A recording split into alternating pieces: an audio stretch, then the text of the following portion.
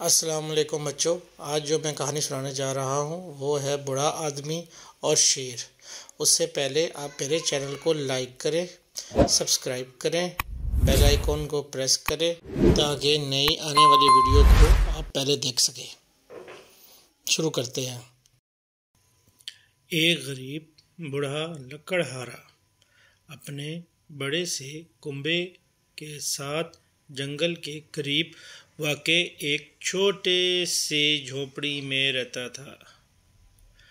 اس کے بیٹے اور بیٹیاں بہت کم عمر تھیں۔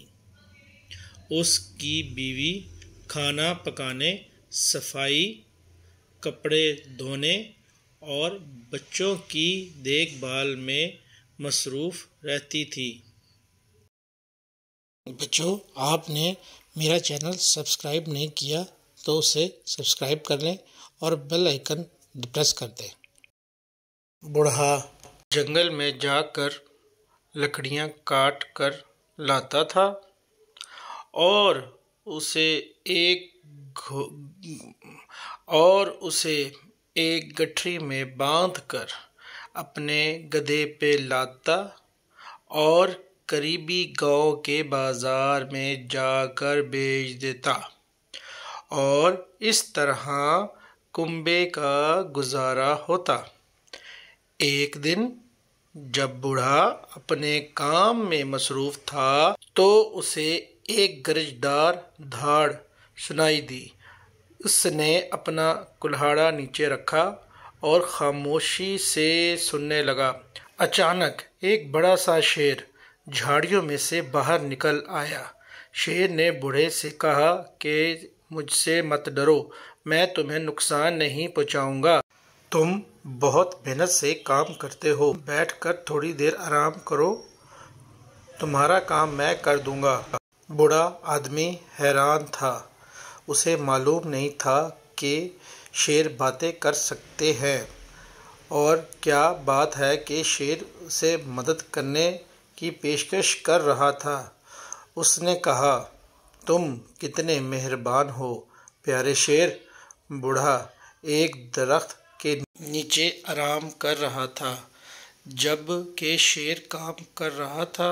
شیر نے جلد ہی ساری لکڑیاں کاٹ دیں۔ بوڑھے اور شیر نے مل کر لکڑیوں کو ایک گٹھری میں باندھ کر گدھے کی پیٹھ پر لاد دیا۔ بوڑھے نے شیر کا شکریہ ادا کیا اور لکڑیاں بیچنے چلا گیا۔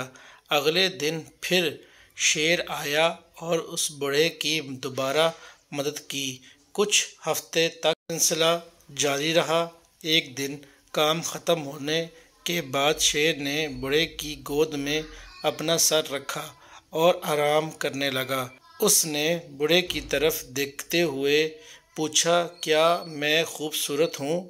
ہاں، واقعی تم بہت خوبصورت ہو، بوڑھے نے جواب دیا۔ کیا میں طاقتور ہوں؟ شیر نے پوچھا۔ ہاں، یقیناً، بے شک بہت طاقتور ہو، بوڑھے نے جواب دیا۔ کیا میں جوان اور توانائی سے بھرا ہوا ہوں؟ شیر نے پوچھا۔ ہاں، بالکل ایسے ہی ہے، بوڑھے نے جواب دیا۔ کچھ دیر سوچنے کے بعد بوڑھے نے شیر سے کہا، تم میں ایک چیز کی کمی ہے، تمہارے جسم سے بدبو آتی ہے۔ اگر تمہیں کوئی اعتراض نہ ہو تو برائے کرم اپنا سر میری گود سے ہٹا لو۔ اگر آپ کی طرح میرے جسم سے بھی بدبو آنے لگی تو میری بیوی کو بہت برا لگے گا۔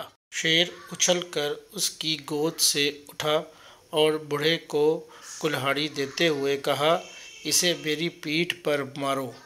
بوڑھے نے کہا، میں تمہیں تکلیف نہیں پہنچا سکتا۔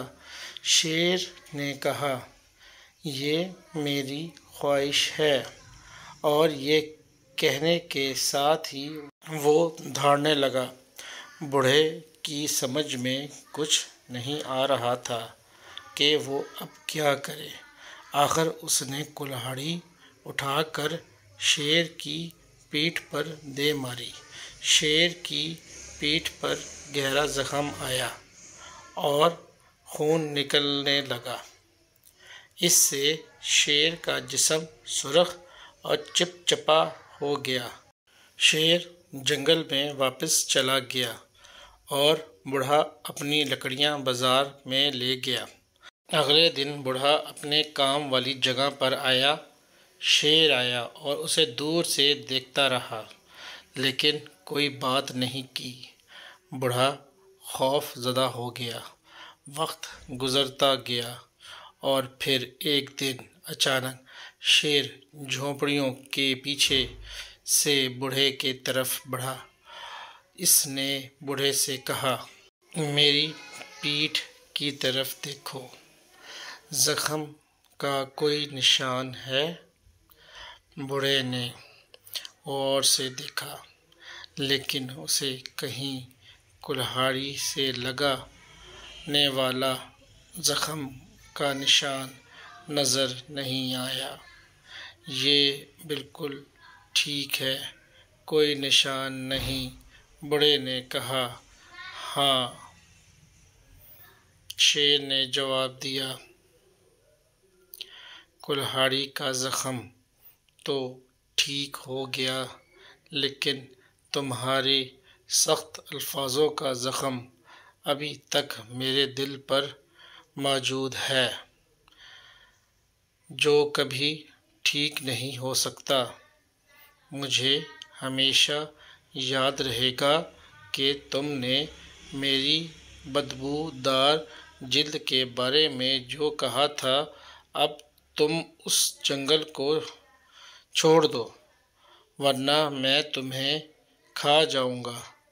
اور یہ کہنے کے ساتھ ہی وہ گرجدار آواز سے دہاڑنے لگا۔ بوڑھا جنگل چھوڑ کر چلا گیا اور اس دن سے اسے تمام شیروں سے خوف محسوس ہونے لگا۔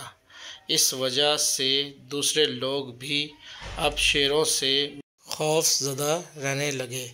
بچوں، اس اسٹوری کا نتیجہ یہ ہے کہ اپنی زبان سے کسی کے بارے میں سخت لفظ استعمال نہ کرو، وہ ہمیشہ لوگوں کے دلوں میں چھپ جاتے ہیں۔